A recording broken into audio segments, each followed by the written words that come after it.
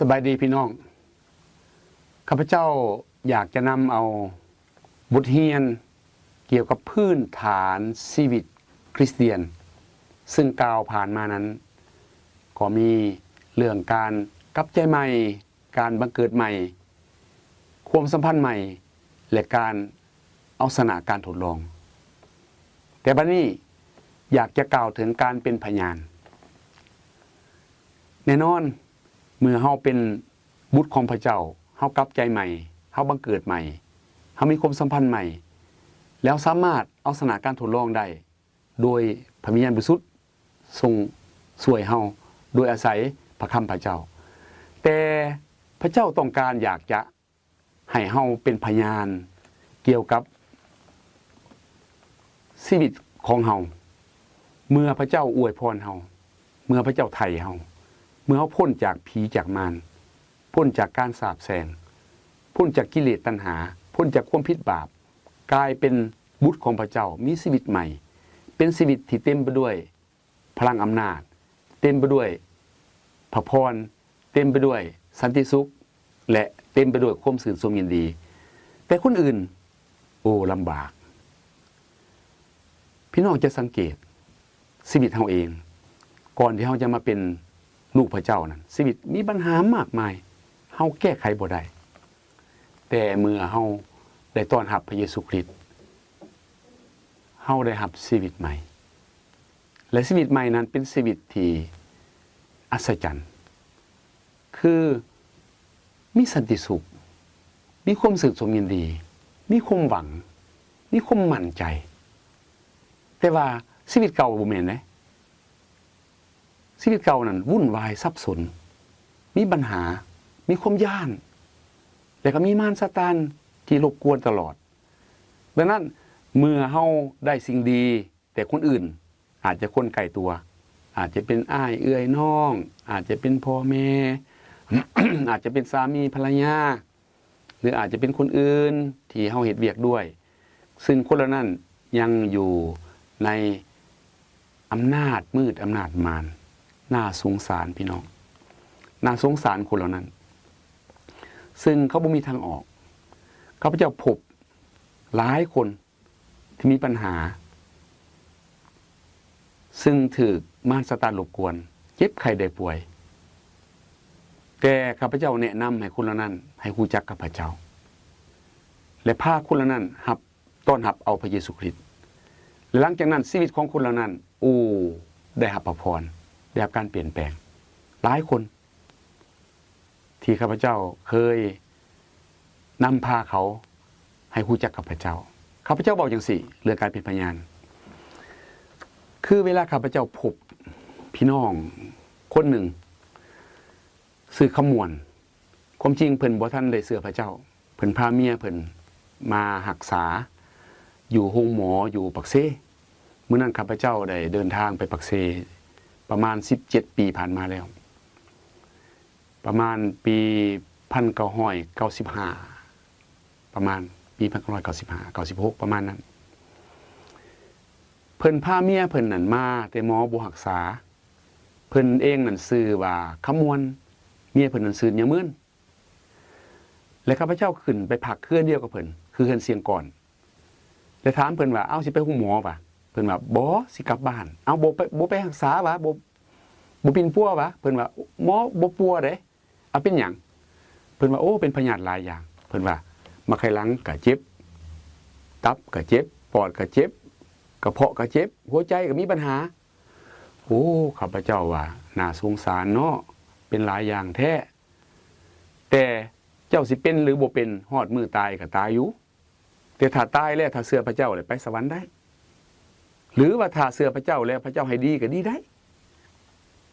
ข้าพเจ้าก็เลยเว้าเรื่องพระเยซูเป็นผู้สร้างโลกเป็นผู้ที่มาตายแทนบาปมนุษย์และเป็นผู้ที่สถิตอยู่กับมนุษย์ผู้ที่เชื่อและเป็นผู้ที่ให้อำนาจแก่มนุษย์ผู้ที่เชื่อนั้นมีอำนาจเหนือมารซาตานโรคภัยไข้เจ็บมีอำนาจเหนือความผิดบาป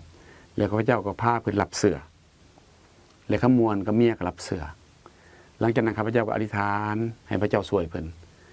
และเพิ่นกลับบ้านและเพิ่นเศร้าและในนี้ชีวิตของเพิ่นนั้น ก็เปลี่ยนแปลงใหม่เพิ่นก็นำคนอื่นมาเสือพระเจ้าอย่างมากมายแล้วพระเจ้าก็ไปพบอีกคนหนึ่งมาโบสถ์เนาะคนนี้แม่นอยู่บริคำไซคนนี้เป็นคนเผาโมงเนาะเพิ่นชื่อจาเยง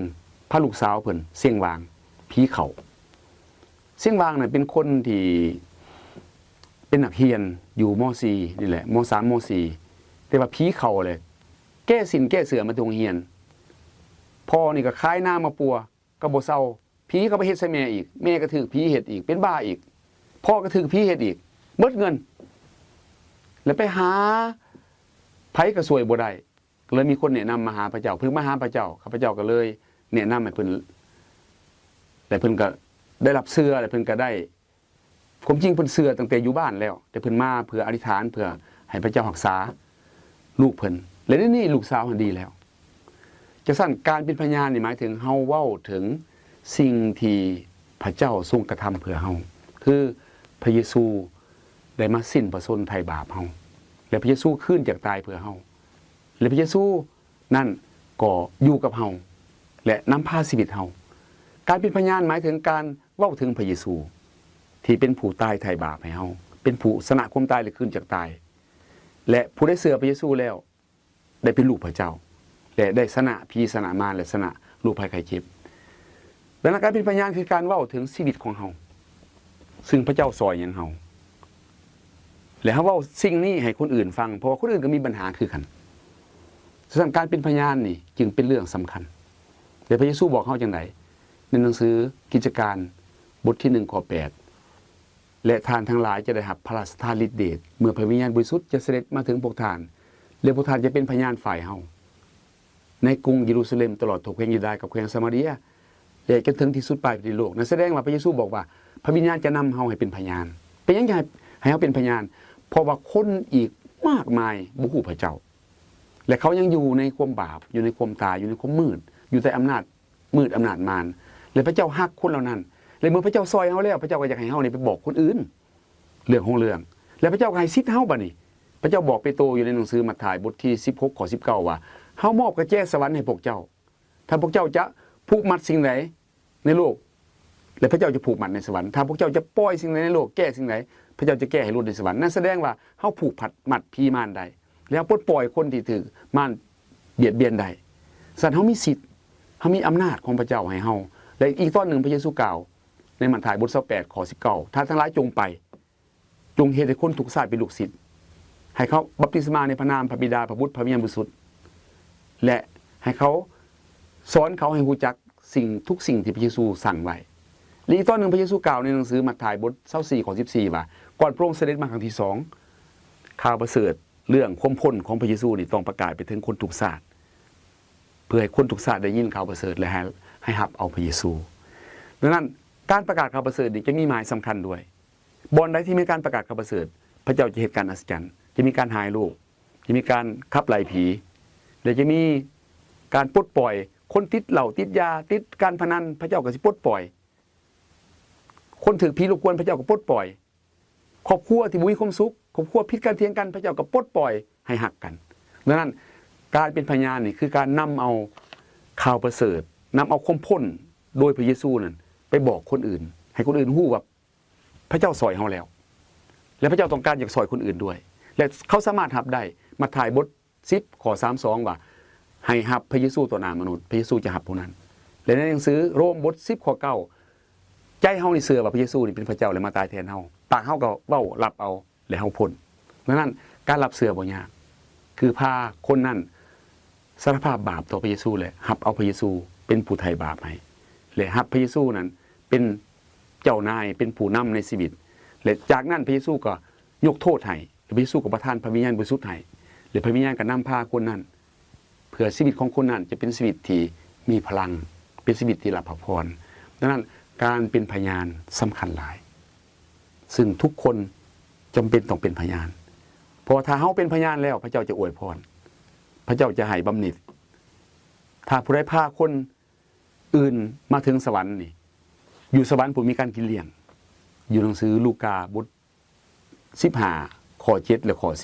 10 ถ้ามีคนบาปคนหนึ่งในโลกนี้กลับใจในสวรรค์มีการกินเลี้ยงดังนั้นถ้าเฮาเป็นพยานถึงเรื่องพระเจ้าซอยเฮาให้คนอื่นได้ฮู้เล็บนำพาคนอื่นหลับต้อนรับเอาความพ้นในพระเยซูคริสต์พระเจ้าจะถือว่าคนนั้นเป็นคนที่สำคัญหลายพอสามารถซอยคนที่กำลังตายนะให้คืนมีชีวิตซอยคนที่กำลังถือม่านรบกวนให้ออกมาหาพระเจ้าคนที่กำลังอยู่ในความมืดให้มาถึงความสว่างคนที่อยู่ในความทุกข์ลำบากอยู่ในการสิ้นหวังเนี่ยมาถึงสันติสุขมาถึงความหวังในพระเจ้าดังนั้นการเป็นพยานสำคัญหลายขอพระเจ้าอวยพรให้พี่น้องอย่าลืมเป็นพยานในสิ่งที่พระเจ้าช่วยเฮาอย่างใดให้เฮาบอกคนอื่นชีวิตเฮานี่แหละสำคัญบอกคนอื่นว่าค่อยได้แล้วตะกี้ค่อยมีปัญหาหลายดินพระเจ้าซอยคนแล้วค่อยแล้วและถ้าพระเจ้าซอยค่อยได้พระเจ้าก็ซอยเจ้าได้เหมือนกันขอพระเจ้าอวยพรพี่น้องให้พวกเฮาเป็นพยานทุกมื้อทุกวันจนกว่าพระเยซูเสด็จมาขอพระเจ้าอวยพรในพระนามอันบริสุทธิ์ของพระเยซูคริสต์อาเมน